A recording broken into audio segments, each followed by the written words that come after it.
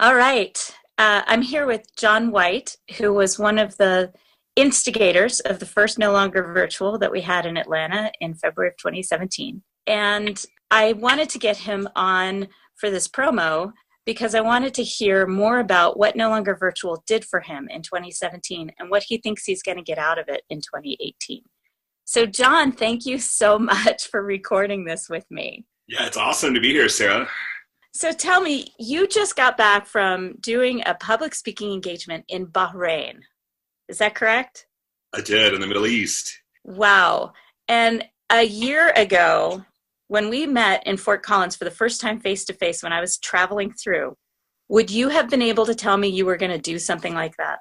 No, honestly, it wouldn't have even crossed my mind at that point. It was kind of more like a long-term goal, but it seemed very far off.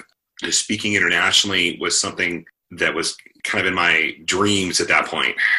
What do you think brought that so close so quickly? I mean, 1 year from a dream to a reality. What happened? So, I've been building towards building my personal brand and putting myself out there with my blogs, and meeting great people like you has given me an opportunity to do things that I couldn't have imagined were possible 4 years ago when I was miserable working for the man in my corporate job.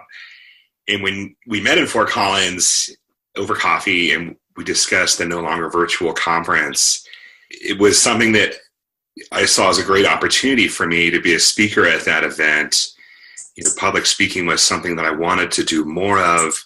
I hadn't done a whole lot of it to that point, but going to No Longer Virtual really gave me the boost I needed to get started down that road.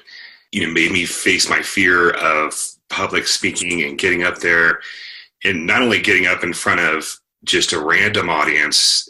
The people at No Longer Virtual were my peers and my friends. And so, having that experience and, really the feedback that I got from the participants gave me the confidence to put myself out there more.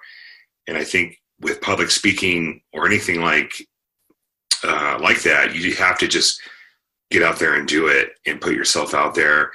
And No Longer Virtual was kind of my catalyst for being able to do that for myself. So, and it wasn't just speaking at No Longer Virtual, it was being in that group. Did you have any anxiety or hesitation in terms of your spot at No Longer Virtual? Or did you feel like, oh yeah, this is where I belong? Or were you a little hesitant when we first talked? Well, I think, when you have online relationships with people and then you move it into the real world, you don't want to let them down. You want to be that, that authentic, real person that they've connected to online, and you want to be that person when when you meet them face to face. So I think about all my blogging, and I really started out the same way with blogging. I didn't have a lot of writing experience. I just kind of put myself out there, and the more I did it, the better I got at it. And it, built up a following of people that followed me online. And giving a speech to that group, you certainly had the pressure of, not wanting to let people down. And I talk about, speaking live versus blogging.